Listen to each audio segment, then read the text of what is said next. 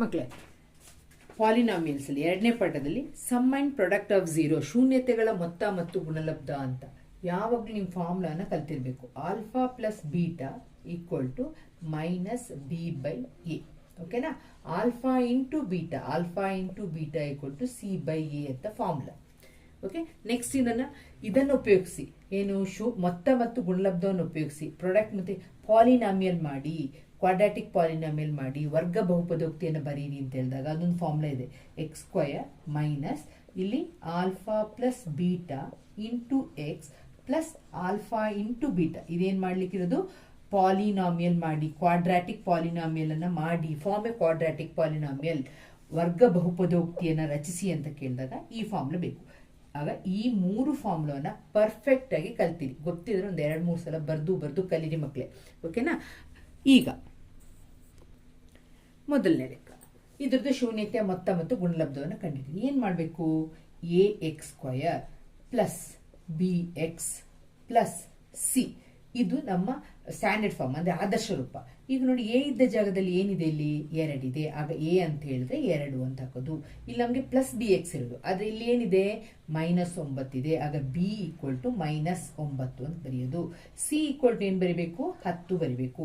First ಶೂನ್ಯತೆಗಳ ಮೊತ್ತ, some of the roots. ಆಗ some of the roots ಬೇಕಾದ್ರೂ ಹೇಳ್ಬೋದು, ಸಮ್ ಆಫ್ ದ ಝೀರೋಸ್ ಬೇಕಾದ್ರೂ ಹೇಳ್ಬೋದು. ಆಯ್ತಾ? ಶೂನ್ಯತೆಗಳ ಮೊತ್ತ ಅಥವಾ ಮೂಲಗಳ ಮೊತ್ತ ಅಂತಾನೂ ಇರುತ್ತೆ. ಮೂಲಗಳ ಮೊತ್ತ ಅಂತ ಹೇಳೋದಕ್ಕೆ ತಪ್ಪು, ಇದು ಬೇರೆ ಪ್ರಶ್ನೆ ಅಂತ ತಿಳ್ಕೊಳ್ಬೇಡಿ. Okay, alpha plus beta equal to minus B by a. ಈಗ ನೋಡಿ ಮಕ್ಕಳೇ, ಇಲ್ಲಿ ಫಾರ್ಮುಲಾದಲ್ಲೇ ಮೈನಸ್ ಇದೆ, ಅದನ್ನ ಹಾಗೆ ಬರೀತೀರಾ.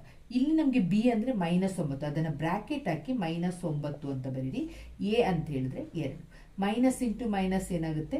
+9 ಬೈ 2. ಇದು ಆನ್ಸರ್. ಓಕೆನಾ? ಆಲ್ಫಾ ಇಂಟು ಬೀಟಾ ಕಂಡುಹಿಡಿಬೇಕು. ಈಗ alpha into beta equal to C by A. C ಅಂತ ಹೇಳಿದ್ರೆ ವ್ಯಾಲ್ಯೂ ಎಷ್ಟು ಕೊಟ್ಟಿದ್ದಾರೆ? 10 ಬೈ ಎ ಅಂತ ಹೇಳಿದ್ರೆ 2. ಆಗ ಇದನ್ನು ಸಿಂಪ್ಲಿಫೈ ಮಾಡಿದಾಗ ನಮಗೆ ಸಿಗ್ತದೆ 2×5 10. ಈ ರೀತಿ ಕಂಡುಹಿಡಿಬೇಕು ಮಕ್ಕಳೇ. ಒಂದು 4 ಲೆಕ್ಕ ಕೊಡ್ತೀನಿ, ನೀವು ಪಾಸ್ ಮಾಡಿ ಲೆಕ್ಕವನ್ನ ಮಾಡಿ.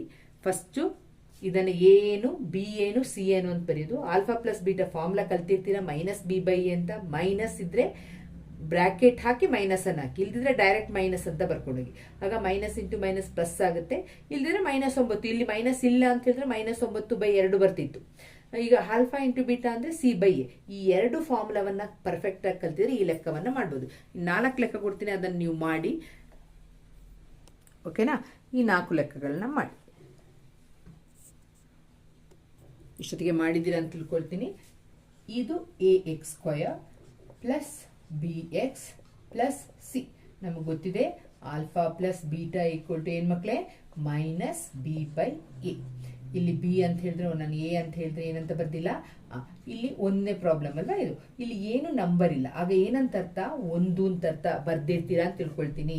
ಬಿ ಇದ್ದಲ್ಲಿಗೆ ಎಷ್ಟು ಅಂತ ಬರಿಬೇಕು? -2. ಸಿ ಇದ್ದಲ್ಲಿಗೆ 8 ಅಂತ ಬರಿ. ಈಕ್ವಲ್ ಟು ಮೈನಸ್ ಬಿ ಅಂತ ಹೇಳಿದ್ರೆ -2, ಆಗ ಬ್ರಾಕೆಟ್ ಹಾಕ್ಲೇಬೇಕು. ಬೈ ಎ ಅಂತ ಹೇಳಿದ್ರೆ 1. ಮೈನಸ್ ಇಂಟು ಮೈನಸ್ ಏನಾಗುತ್ತೆ? +2. 2/1 ಅಂತ ಹೇಳಿದ್ರೆ ಸೇಮ್ ಅದೇ ಬರುತ್ತೆ, ಬಾಗ್ಸಿದ್ರೆ. ಆಗ 2 ಅಂತ ಬರೀರಿ. ಈಗ alpha into beta, okay, product of the roots, ಗುಣಲಬ್ಧ ಏನು? Formula C by A. C ಅಂತ ಹೇಳಿದ್ರೆ ಎಷ್ಟು ತಗೊಂಡಿದ್ದೀರಾ? 8. 8/1. ಆಗ ಎಷ್ಟಾಗುತ್ತೆ ಆನ್ಸರ್? 8 ಆಗುತ್ತೆ. ಇದು ಆನ್ಸರ್ ನಿಮಗೆ ಬಂದಿರಬಹುದು ಅಂತ ತಿಳ್ಕೊಳ್ತೀನಿ. ಈಗ ಸೆಕೆಂಡ್ ಒನ್ ಚೆಕ್ ಮಾಡ್ಕೊಳ್ಳಿ. ಓಕೆನಾ? ಇಲ್ಲಿ ಎ ಅಂತ ಹೇಳಿದ್ರೆ ಎಷ್ಟಿದೆ? ಇಲ್ಲಿ 3 ಇದೆ, 3ಅನ್ನ ಬರೀತೀರಾ. ಬಿ ಅಂತ ಹೇಳಿದ್ರೆ ಎಷ್ಟಿದೆ? -1. ಏನ್ ನಂಬರ್ ಇಲ್ಲ ಅಂತ ಹೇಳಿದ್ರೆ ಏನಂತ ಅರ್ಥ? 1 ಅಂತ ಅರ್ಥ. ಆಗ ಬಿ ಅಂದ್ರೆ -1. ಸಿ ಅಂತ ಹೇಳಿದ್ರೆ ಏನ್ ಬರೀತೀರಾ? -4 ಅಂತ ಬರೀತೀರಾ. ಈಗ ಆಲ್ಫಾ ಪ್ಲಸ್ ಬೀಟಾ ಫಾರ್ಮುಲಾ ಏನು? Minus B by A. Minus B ಅಂತ ಹೇಳಿದ್ರೆ -1, ಆಗ ಮೈನಸ್ ಹಾಕ್ತೀರಾ. ಎ ಅಂತ ಹೇಳಿದ್ರೆ 3.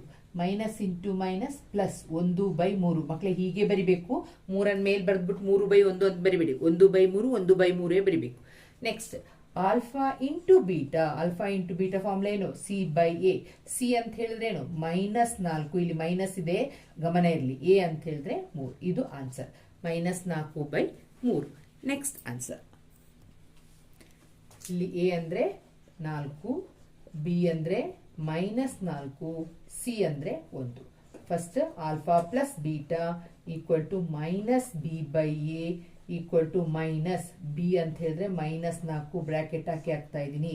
ಎ ಅಂದರೆ 4 ಮೈನಸ್ ಇಂಟು ಮೈನಸ್ ಏನಾಗುತ್ತೆ ಪ್ಲಸ್ 4/4 ಎಷ್ಟು ಬರ್ತದೆ 1 4 1 4 1 4 1 4 1 ಆನ್ಸರ್ 1 ಬರುತ್ತೆ.